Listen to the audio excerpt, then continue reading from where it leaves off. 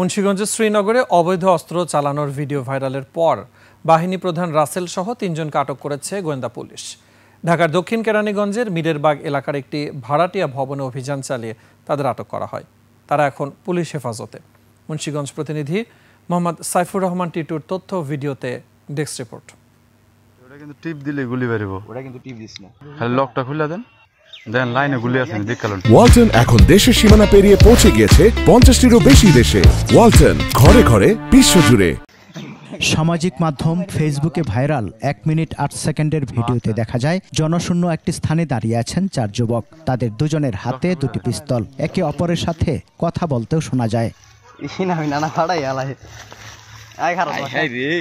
Police জানায় ভিডিওর স্থান মুন্সিগঞ্জ জেলার শ্রীনগর কলেজের পূর্ব উত্তর কর্নারের পুকুর পাড়। ভিডিওটি পুলিশের নজরে আসার পর তা পর্যালোচনা করে রাসেল ও তার সহযোগীদের চিহ্নিত করা হয়।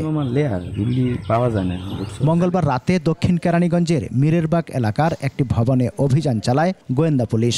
সেখান থেকে আটক করা হয় রাসেল, সাখাওয়াত ব্যাপারী ও তারেক খানকে।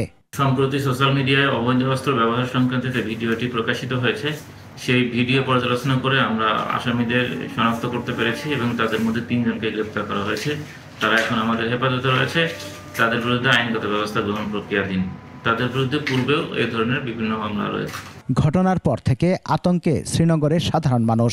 রাসেল ও তার বাহিনী সম্পর্কে কেউ ক্যামেরার সামনে কথা বলতে রাজি হননি। সমর ইসলাম, 21 টেলিভিশন।